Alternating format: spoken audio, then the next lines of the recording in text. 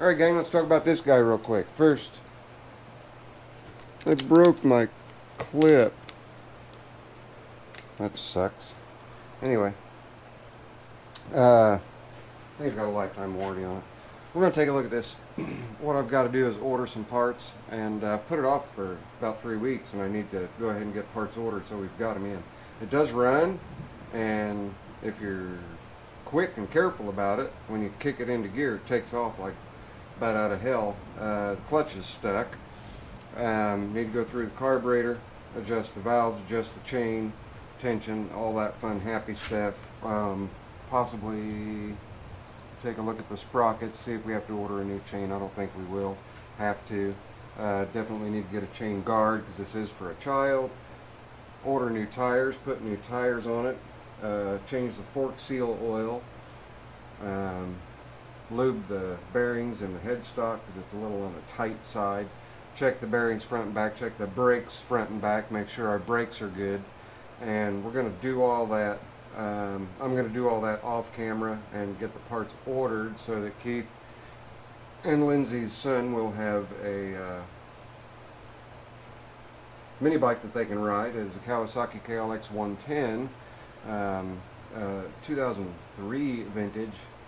Mine is a 2009 KLX 250, and this one is not street legal, obviously. And of course, excuse me, I'm looking at the VIN number here real quick. But of course, this one doesn't need to be street legal. It's way too small. It's even got little handles for you to reach in there and pick the bike up. It's pretty lightweight, steel frame. It also has a pretty substantial oil leak up under here. I left it sit for about a week in the same spot, and there's probably a, I don't know, silver dollar or better size spot, so maybe 2 or 3 drips in a week. That's enough that it still needs some attention, find out where it's coming from, but we already know the clutch cover has got to come off anyway for us to look at the clutch and see why that automatic clutch is not releasing the way that it should. Hi guys, you kind of see half my face there. And you might also see that we have a brake handle that is non-existent. That's the front brake. The bike got dumped. Those things happen, so we got to order a new brake handle as well. So I'm going to go through and just surmise real quick everything that needs to be done on this. Make me a parts list, and I'll get in and do my due diligence either tonight or tomorrow night, and get all the parts ordered that I'm going to need. So this thing's going to have to sit on my little motorcycle stand for a while. And I don't know if you guys can see, but the shop is pretty well loaded down. I've got the weed trimmer over here that we just got finished with. I've got this one to service. I've got this one that I have completed. And then holding on to the camera, we've got the Toro Time Master that needs attention.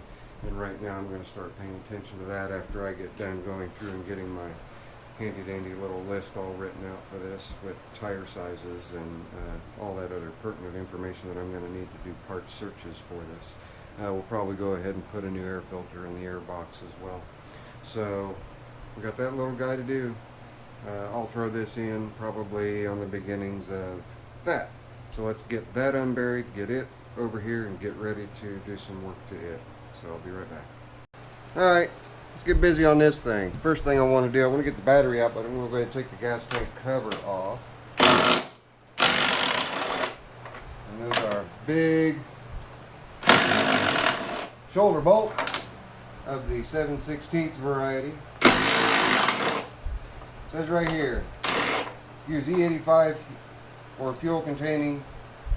Do not use E85 or fuel containing more than 10% ethanol to avoid engine damage. Newsflash, even 10% causes engine problems, right? We all know that. Okay. That, the gas tank's loose. Gas tank swung up and over and onto. And there's our battery. You can't see it, but I can. Let me move the camera for you guys so that you can see it. How about that? Did you like that? You want to see what I'm actually doing here? Hey, stay there.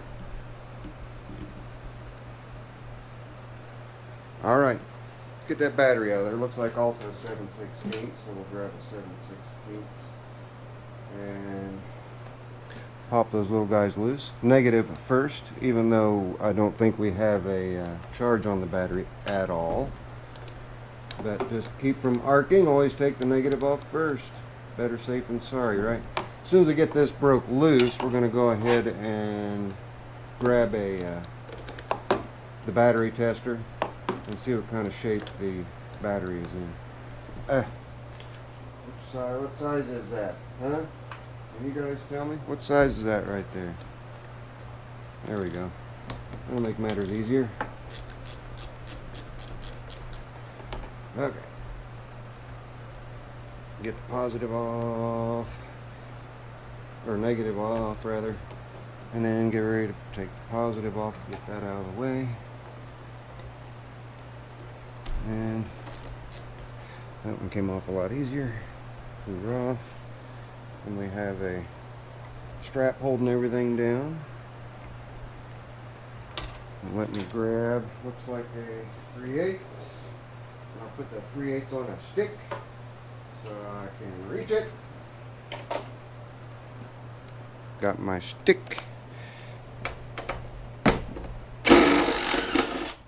There we go. Get the battery holder up and off of there and swung out of the way. And get the battery out. Now let's go over to the workbench. See what kind of shape our battery's in.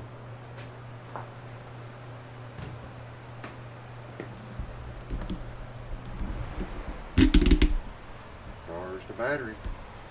Let me get you mounted up here. I'll move the battery over here just to make it a little easier on everybody, so they can see if we've even got enough of the charge on the battery to test it. Negative. Check. Positive. Check to see if it'll even power on. Dead flat. So I'm going to throw a charger on it, let the charger sit there and do its work on that while we take a look at the rest of this thing. We'll throw another battery into it. I've got a couple of them laying around. Give me just a minute to grab another battery. What do you think of that? A battery that matches. That's a very expensive battery right there. Let's give it a check with the battery tester here. Make sure that we're grounded. We'll take a look. You guys want to take a look? Let's see. 35 amp hours.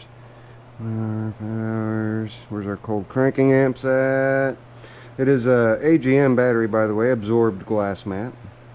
I don't know. Where is it? I don't see the cold cranking amps. Nope. Don't see it. Alright, it's a 35 amp hour battery. So we're going to take a guess here that we're, what? I'm going to say about 300 cold cranking amps. See what we get. I think the battery's low. It needs charged. Nope, look at that. 100%. That's 300 cranking amps. It's actually putting out 364 and the battery's 100% good. So we'll take that. That is, I'll take that. That's great. Okay. We'll hook that battery up. We won't worry about taking care of the, we won't put the battery strap on yet. We'll just put the battery on. And that cable is a little bit on the fat side. So let's see what we can do about getting that cable on this side here. There we go. That's better. Doesn't matter which side it's on as long as it's on, right? Let's get her tightened down.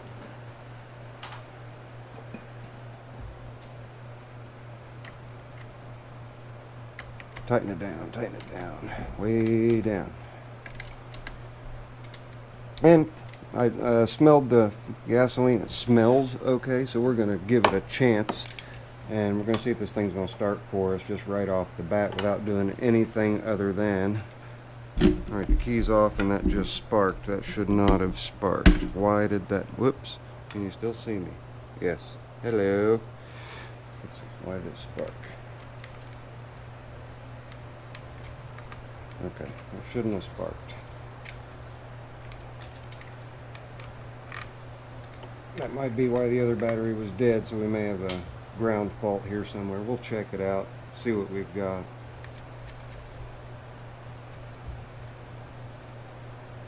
Come on, come on, come on. Alright. Still lightning and thundering out there. Making little thunder boomers. And that may have, I don't even know what that could have been that was sparking. I guess we'll find out, huh? Just set the tank right back in place here. And it'll stay, it's in a carriage, so it's not going to go anywhere. Get the parts bin up out of the way. And let's see what we have as far as hours go. Hours? Really? There's only 102 hours. 102 hours. I'll show that to you guys here if you can see it. 102.6. So we shall throttle it all the way up to choke.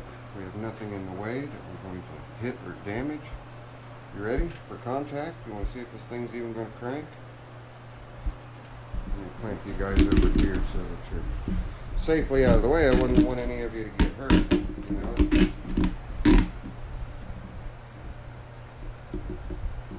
Let's see what we got. Let's crank it for a little bit.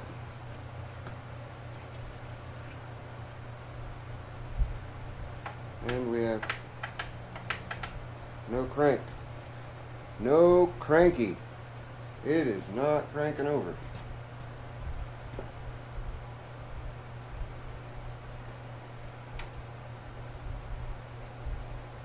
No crank, no crank. So we have a no crank issue. Okay. So we have a little bit of wiring we have to check out. And we can do that. We can do that. We certainly can.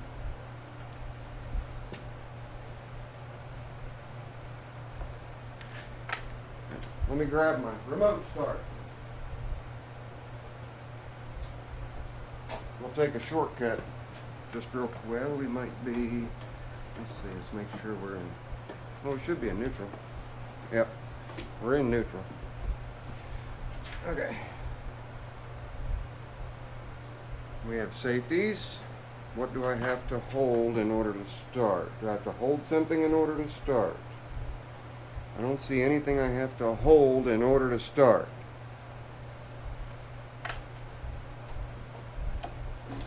That's my blade control. That's my drive control. Okay. Well, I've got a couple safeties on here, but we're gonna jump across.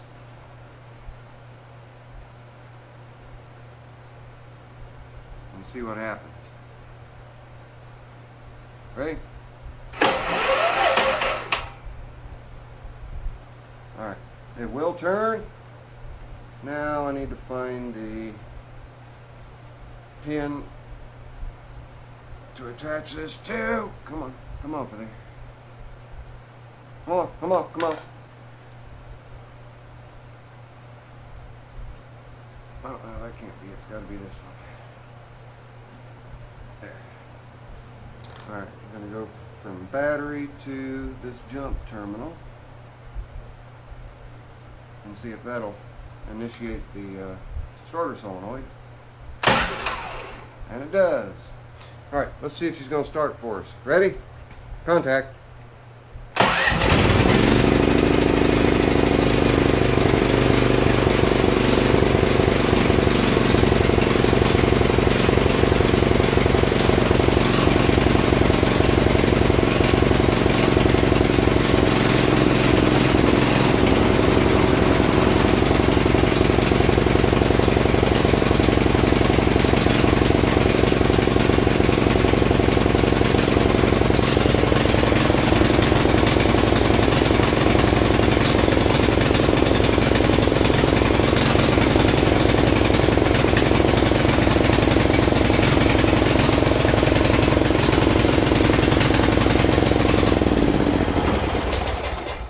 obviously it's a little bit grumpy.